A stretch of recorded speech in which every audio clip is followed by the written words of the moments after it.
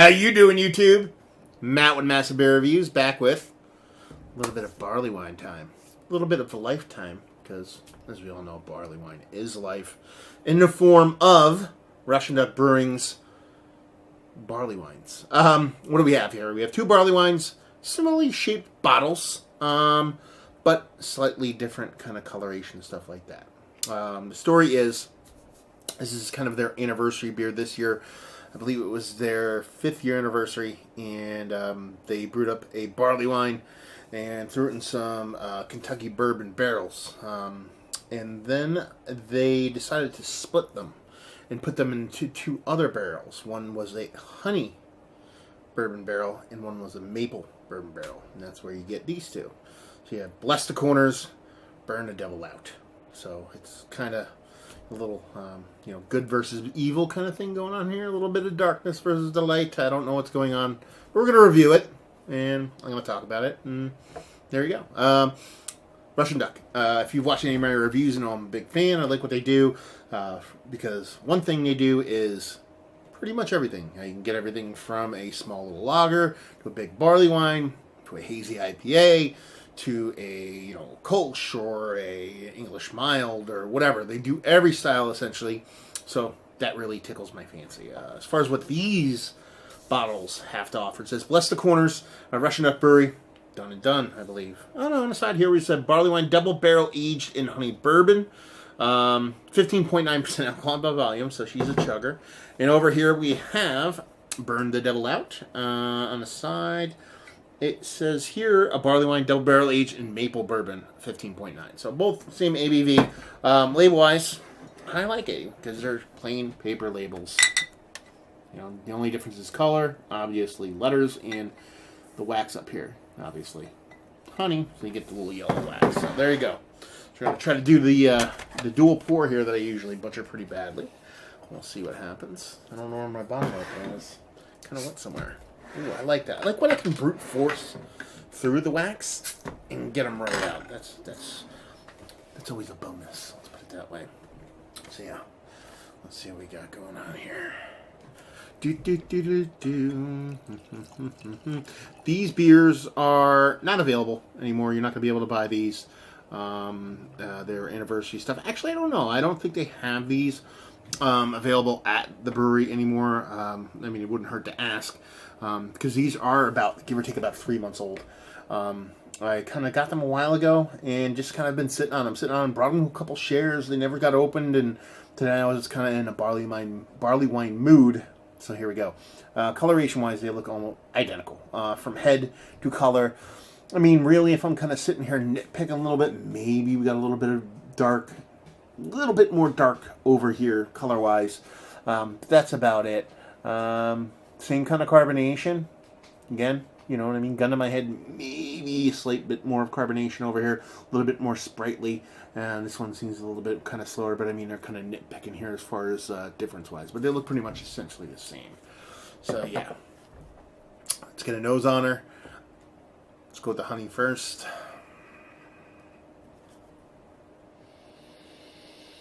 Whew. That's a big beer. It's 16%, so you're kind of expecting a bit of heat to it.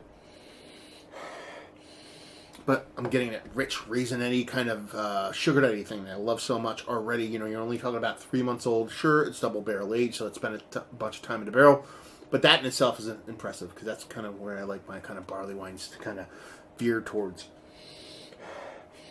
There's a sweetness there, but honey usually doesn't come off too big for me in a nose. You do end up having a lot of kind of pollinated honeys, I guess you would say, when you have your avocado honey or wildflower honey, to where the bees kind of, propagate and do their things or whatever, bits and pieces all over the flora and fauna in the area where their hive is, and they bring it back and make the honey out of it, and you tend to get a little bit of kind of flavor from that. But in here, I'm not really getting much of anything other than that kind of nice, big, kind of chewy, figgy-ditty kind of barley wine thing that I love so much, but there's really not much there apart from a sweetness.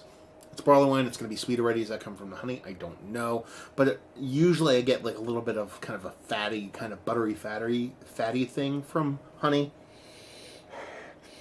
And it could be in here, but it's kind of hard to get through just because of how big this beer is. But it smells like a really big, delicious barrel aged barley wine or an aged one, non-barrel aged. Like if you actually told me this was like, I don't know, it's like a 10-year-old, just English barley wine, I'd be like, okay, that kind of makes sense too. The only thing that would kind of throw me off on that is the actual bigness or the heat of the beer. You can actually smell the booze in there, and that kind of would have went away over time. Let's see what this bourbon one has to offer, or the maple bourbon. Thank you very much.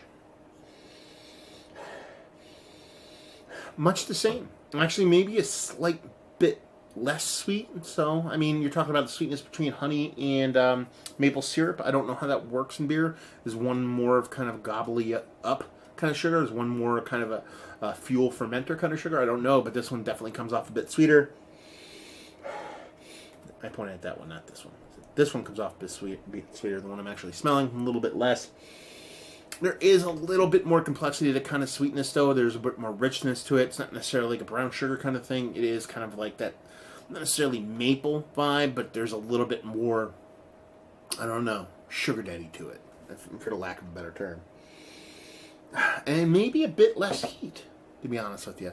So that'd be the big difference. Maybe a little bit kind of more kind of sugar daddy-esque kind of even a bit more kind of bolder, robust kind of caramelly old school barley wineness, whereas this one's a little bit sweeter.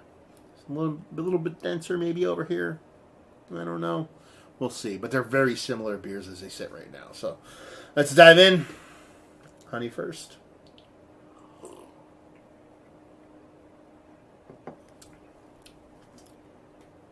Definitely has some heat to her. A little bit of burn in the back end, but nothing too crazy. It's a bit more of like an evaporative kind of alcohol thing. Body's actually thinner. I'd like it to be. There's a density to it. But, ooh, it's giving me a bit of heartburn too. There's a density to it. It is thick. It's actually clean in a glass. The legs on this thing is actually pretty crazy, to be perfectly honest with you. But it finishes thin. I think that's a honey thing. I tend to get that with honey-based beers. So that could just be the honey at play. We're going to find out when we get over the maple, though. Quintessential English barley wine. Got that kind of date figgy, sugar daddy thing going on. Just stopping short of raisin nettiness. It's there. You can tell it kind of is working towards that. Just hasn't arrived yet. Like I said, there's that heat there. The mouth feels, like I said, it's not thin, but it's not where I'd like it to be. Carbonation is low. You talk about a double barrel aged barley wine. I'm not looking for the world's best carbonation, but it would be nice if it was bumped up a little bit. But yeah, really tasty stuff. I mean, a lot of the beers that I ended up getting from Rushing Duck tend to be these blended kind of beers. With this being kind of a singular beer, double barrel age, is a bit out of what I normally get from them, because you talk about their kind of part series or their Dog's Bollocks, there tends to be a bit of blending going on. This, as far as what they say, is just split down the middle and kind of bottled in two different ways. So, a bit of a departure from that, but at the same time, first one comes off really nice. Let's see how the maple fares. Cheers.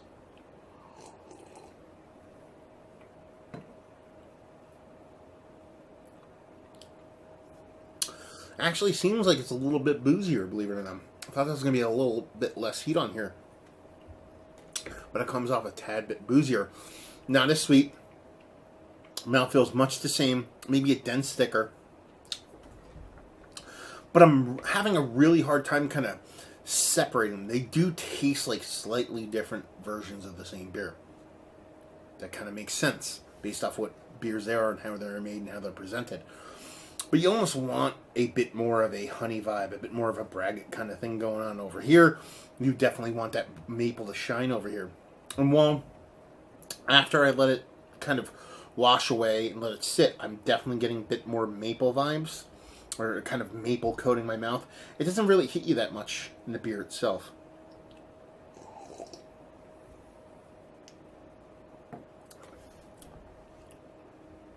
But yeah, I mean, they're both right where I like my barley wines to kind of lean, which is quintessentially English. Big, huge date figgy, sugar daddy thing going on. And definitely taste a nice kind of age quality on these. They're barrel aged beers. They're double barrel aged beers. So I wouldn't sitting here and tell you to age these for the long haul. That's not where I think a lot of barrel-aged beers, especially with so many moving parts like these, not the best thing in the world to do. Give it a couple of years, but not much longer than that. I usually might reserve my long haul agers to be just bottle conditioned beers. But yeah, time I think would definitely turn this into something great. Just I wouldn't go over maybe about 5 years, give or take. But that's just me. Yeah, two very well done English barley wines. I did have these at launch on draft, and I'm going to tell you, they do taste like they've already kind of matured a bit, kind of rounded off a bit. They're even hotter than they are right here, so time is definitely treating them well. But if you go into them, if you have these, or you get these, what would I suggest? One, try to get both of them. It's always nice to do these side by side. I knew if I was going to review these, they had to be side by side. I do not want to open 16% beers. There's nobody here. It's just me. I can put a little cap on these, and they'll be good for a day or two, so I'm sure they'll get drank. I don't want to open these and sit by myself and drink these. But they have to be done together. But, yeah, they're fun. Amazing. I shouldn't say nice representations of the style. Amazing representations of the style. The subtle nuance between both of them. Well, the perfect will be a little bit more present. It is there, especially right now because I set them back to back. There is a bit more of a mature kind of sweetness to this, to where this one's a bit more kind of a sugary sweetness. But all in all, great English barley wines. Nice, soft barrel character, and by that I mean there's a soft oak to it. I didn't even talk to that, and there's really not much smoke. And then you do impart a bit of that kind of bourbon booziness. Didn't even talk about that, but you get that subtlety. I was really trying to pick out that kind of honey and maple. That was kind of the thought process for me. But it's all kind of, and I guess you would say in a good way for some people, kind of really subtle throughout the whole thing. Subtle usually don't make those kind of terms or spat out those kind of words with 16% beers, but they're fun, they're tasty, they're delicious, they're barley wines. So, it's part of life, because, yeah. So let's talk about it. Are these some of the better English barley wines I've had as of late?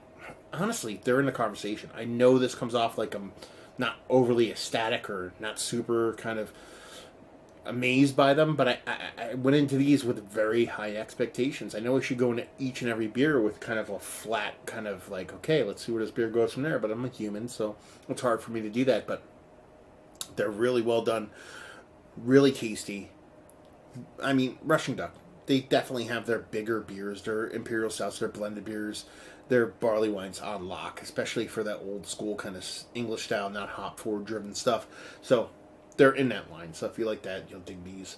Let's see, value and availability. I think they're $18 a bottle. This is that. I don't think it's 500 milliliter. I think it's like that Schneider Aventina's 16.9 fluid ounce size. It would say it on the side here. Let's see what it says. Actually, it doesn't. Anyway, yeah. Anyway, definitely worth tracking down. I mean, even at that price point, it's a fun thing. At this point, like I said, it was a brewery only thing. Are you going to be able to find it? Well, you do find some of their beers at local bottle shops in and around Orange County, around the Russian Duck area. So if you're like, man, I wish I can grab these, pop in bottle shops in and around there, from the Warwick area up towards Bottle King up in Middletown.